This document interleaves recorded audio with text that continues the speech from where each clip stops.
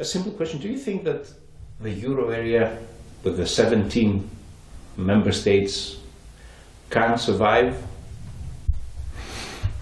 I think it is unlikely that it will survive with all its 17 member states, because the price levels are so much out of equilibrium that a realignment which is necessary is difficult to achieve for some countries.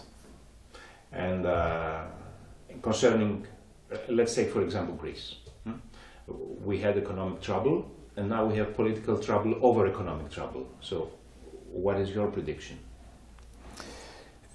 Greece has become very expensive because of the cheap flow of credit which came in the early years of the euro. And the government salaries were financed with credit, more employment in the government was financed with credit, the whole economy was pumped up with credit from abroad. Now, in the financial crisis, then all of a sudden this credit didn't come anymore, and the difficulties began. Greece has no alternative but to become competitive. And becoming competitive means that it would have to devalue if it did have its own currency. Now it is in the euro. It can't devalue. It can do an internal devaluation by cutting its wages and prices. The estimate would be by Goldman Sachs 30% for Greece. Another estimate is, in order to be on the same level as Turkey, which is a similar country, a price cut of 37% is necessary. Now, such price cuts cannot be instrumented easily. I think they cannot be implemented. That is the difficulty. They are necessary, but it is impossible to implement them, because if you do that, there's so much strain on the population.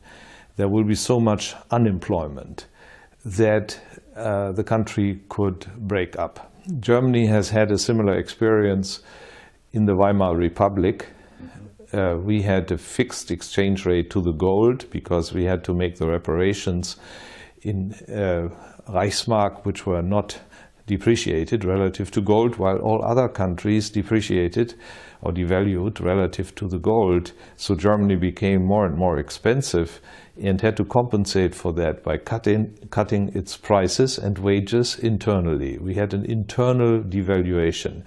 From 1929 to 33, the German price level went down by 23%, and the wages went down by 30%.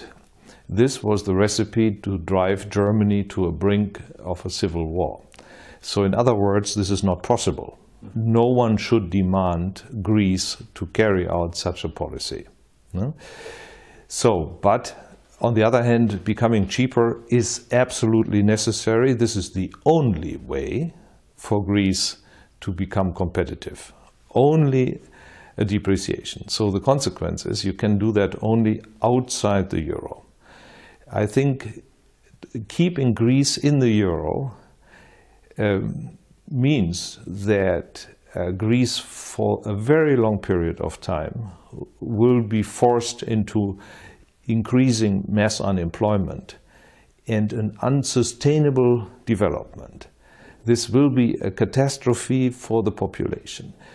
In order to avoid this catastrophe, there is only one possibility, namely exiting depreciation. This is the easier way. Of course, the transition is not trivial. There will be a bank run. People will withdraw their money from their accounts. There will be all sorts of uncertainties. The banks will have difficulties. So, of course, if that happens, the EU will have to help Greece to overcome this very difficult phase with additional liquidity help, in particular to set up the banking sector. But that period will be short. We have seen that in Argentina. After 3/4 of a year of difficulties, the growth resumed. Yeah? The drachma would quickly depreciate, say by 50%, and then the investors, in particular Greek people who have brought their money into other countries, would return. No? One says there are about 180 billion euros in Switzerland owned by Greek people. So these people currently don't come. Why should they come? If they come, they know they can only lose their money. If they invest somewhere, because the current asset prices, everything will not be sustainable. They will fall as soon as the rescue money is stopping, and the rescue money will not be available forever. It just won't. So these people know there is a huge uncertainty, one-sided downward risk for the asset prices, so they don't come. And that is the recipe for disaster. Once Greece exits, depreciates, then they come all immediately. There will be an immediate boom in Greece. They buy real estate because it's very cheap. They buy factories, they invest, they create jobs, and Greece can begin to grow. This is the only possibility which exists for Greece. But what would the consequences be for Europe and the Eurozone as a whole? I mean, everybody talks about contagion. Yeah. I mean, the day Greece announces its breakup from the euro, people in Portugal would run to the banks to take the money out. Investors in Spain would be in doubt. I mean, how do you calculate the consequences for the whole of the Eurozone? There are, of course, contagion effects. People in Portugal will think about the situation, and for Portugal it might be the right step. According to Goldman Sachs, Portugal will have to depreciate by 35%. They said Greece by 30, Portugal 35. So Portugal is in a very similar situation. Spain not. The number for Spain is 20%. That's a similar number as for France. France would also have to become cheaper by 20% in order to be competitive. Now, in principle, there are two possibilities. Inside the Eurozone, the respective countries cut their prices, or other countries inflate. Of course, if Germany, the Netherlands, and so on, the core countries would inflate sufficiently quickly, that would also be a possibility to make Greece again competitive. On the other hand, these countries don't want, and the populations have very strong aversion against inflation. The 23 inflation in Germany, the hyperinflation, is still in the bones. Everyone feels that still, and so the population is probably not accepting that. That's the difficulty. Mm-hmm. And given that there won't be such an inflation, staying in the Eurozone means necessarily a long period of stagnation. For France and Spain, it will be a decade of stagnation. That's the best scenario, where Germany and other countries gradually inflate away to make them competitive. But for Greece, this will not be enough, because their way is twice as long as that of Spain. Now, contagion. The investors will look very closely at each particular country, and they will not put all countries in one basket. See, for example, Ireland. Ireland did do this price cut. In the last 5 years, the Irish price level has come down by 15% relative to its competitors in the Eurozone. That is quite an achievement. And this has implied that Ireland now is competitive again. According to Goldman Sachs, they won't have to depreciate. And indeed, their current account now is positive, while it was strongly negative. But the Greek current account was 3 times as large in the negative direction. That is the difficulty. So the Greek path towards competitiveness in the Eurozone is 3 times as long as the Irish one. So the Greek population and the governments have to ask themselves whether they are willing to accept wage and price cuts 3 times as large as those of Ireland or not. I bet they won't. I think it is impossible. We have seen that in Germany. Lots of economists have written about it. So why try the impossible? You will fail.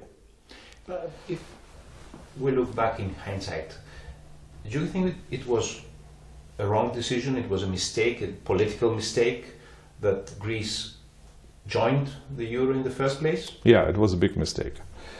It was a big mistake for Greece because the end result is a catastrophe. Let's be honest. No? I think it is a time of history where we have to be honest. And all these political dreams have to be confronted with the truth and the reality. The Greek people have not deserved what is happening now. And is there an explanation for that mistake? I mean, from the Greek point of view, euro was a dream of joining the A club. But from the European point of view? Yeah, the politicians have always this idea that there is a priority of political decisions over the laws of economics. And this is simply not true. The laws of economics are stronger than the wish and will of politicians. The politicians are dreaming. And these dreams end at some stage and they are back in reality, and that's where we are now. Again, in hindsight, when Greece was cut out from the bond markets early 2010, and there was all these discussions what to do with Greece. Should there be a bailout program, and what kind of bailout program, and with what program attached? Do you also think that the outcome was a mistake, that there should have been a different way of dealing with the Greek debt crisis? The Greek debt crisis did not begin in 2010. It began in the summer and autumn of 2007 and exacerbated in the Lehman year 2008. Since that time, the current account deficit of Greece has not been financed by the capital markets. It has been financed with the printing press. This is the empirical truth. So there were already huge public credit flows through the ECB system, not through the market. Greece now is in the 5th year of its crisis, and in the 5th year where its current account deficit is publicly financed. Now, you know better than me that there's talk around that a new deal can be brokered in the European level. Growth pact would be put in practice, some kind of a Marshall Plan, a European Marshall Plan, and all that would bring investors' money back into the Greek economy so that Greece could cut its way through. No. Public credit will not stick in Greece. What we have seen is that all the credit that is given through the ECB or through public rescue operations to Greece immediately went out as capital flight. It does not stick there. It is not really a benefit for the people. It is a benefit for rich people who can rescue their wealth. That is the bitter truth. So borrowing more is not a solution. It does not create jobs for the Greek. The young people will stay unemployed. And it is a sin, I believe, against the youth of the Greek population if one continues this policy in the Eurozone. At best, the money will be there to finance the pensions of the government, maintain some wages in the government sector. But what the young people need is a future, competitive jobs in the private economy where they can really prosper, and that will not come with further credit. What some people in the EU are dreaming is growth through new credit. This is absurd. You cannot create growth that way. Growth comes through real investment and through savings. Only savings makes growth. At best, one could say one country can grow with the savings of another country, but Greece certainly does not want to become permanently dependent on other countries' savings. So it needs a self-sustained development path. Otherwise, the country will permanently be dependent on other European countries that come and dictate their behavior, which is not okay. I don't think it is okay that the Eurozone countries go to Greece and tell them what to do. This is not appropriate for a separate, proud country as Greece is. So I would definitely, for the purpose of a future of the Greek population, exit as quickly as possible, depreciate, and then a period of self-sustained growth, job creation will start. There is no alternative to this. So you don't think that what Mr. Hollande will be trying to negotiate with Chancellor Merkel, a renegotiation of the Stability Pact and the New Growth Pact, will do much good? Yeah, what he wants is what he calls a growth pact. He wants to have public credit from other countries. And some higher inflation in Germany, I believe. Yeah, well, that is okay. I would say that is, Germany should accept that. Everyone has to accept things which he doesn't like, and so this is inflation in Germany. But you can't create inflation in Germany if you create public credit flows from Germany to France, say. Then there will be inflation in France and not in Germany. Yeah, and then we will never rebalance. So if we want to rebalance the Eurozone, the savings have to be invested in Germany so that Germany gets more growth, more inflation, imports more goods from other European countries, and so gradually there will be a rebalancing. But not if you organize these growth, so-called growth programs. I think it's a misnomer. In the aggregate, Europe can only grow by saving and not by spending. You can never grow by spending, by consuming. Saving and investment is the opposite of consumption. No? Only if you don't consume the resources but save them so that investment can be financed, can a country grow. But that's the opposite of what Mr. Hollande wants. Two more questions on the Greek issue. There had been talk in Greece, or especially in this elections period, practically all parties, even the parties that had negotiated the old bailout agreement, they said that there is a way we could renegotiate, give ourselves some more time in this internal devaluation process so that it can be smoother, more easily accepted by the population. Do you see any value in this argument? No. Greece has not devalued, not at all. If you see the GDP deflator of Greece, the price index of the goods produced in Greece over the last 5 years, they increased more than the VAT increase. So there was not the slightest sign of price cuts which are necessary to become competitive again. Mm-hmm. And if you continue this way, with credit for another few weeks or months, it will be a terrible situation. You will be permanently directed by other countries, which is not appropriate for a proud, self-sustained country. You should try your own way. by becoming independent of this foreign credit. It is not to the benefit. You gain nothing by buying another year or another 2 years. What have you from it? Nothing. Another 2 years of mass unemployment.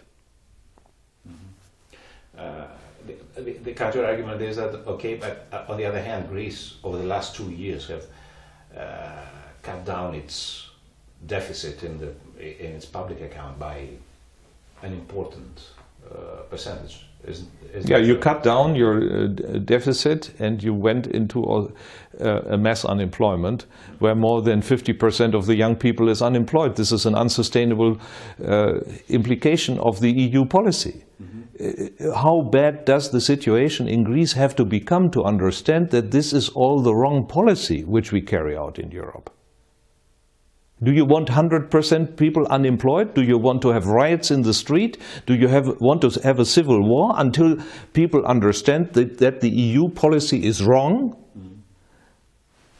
But what you say makes sense. But just yesterday there was an ECOFIN meeting in Brussels, and all the EU officials gave out completely the opposite message to Greece. Yeah, we want you in. You'll never get out of Euro. Yeah. You should stay in Euro. Yeah. That was yesterday's message. They are not honest. They are simply not honest, and they may not be economists. That's a good answer. Mm-hmm. And last question. If Greece exits Euro, and Portugal too, that would be it? I mean, can the common currency keep on living with the rest, with the 15 members left? I would hope so. I would hope that we can keep the euro, and I would hope that Greece at a later point in time re-enters the euro after having depreciated with a new price level, re-enter the euro and try again. I think that would be the right strategy, and so we could stabilize the euro with Greece, with Portugal, after this period where they are out, and rearrange their price levels. That is a possibility, and that's my dream.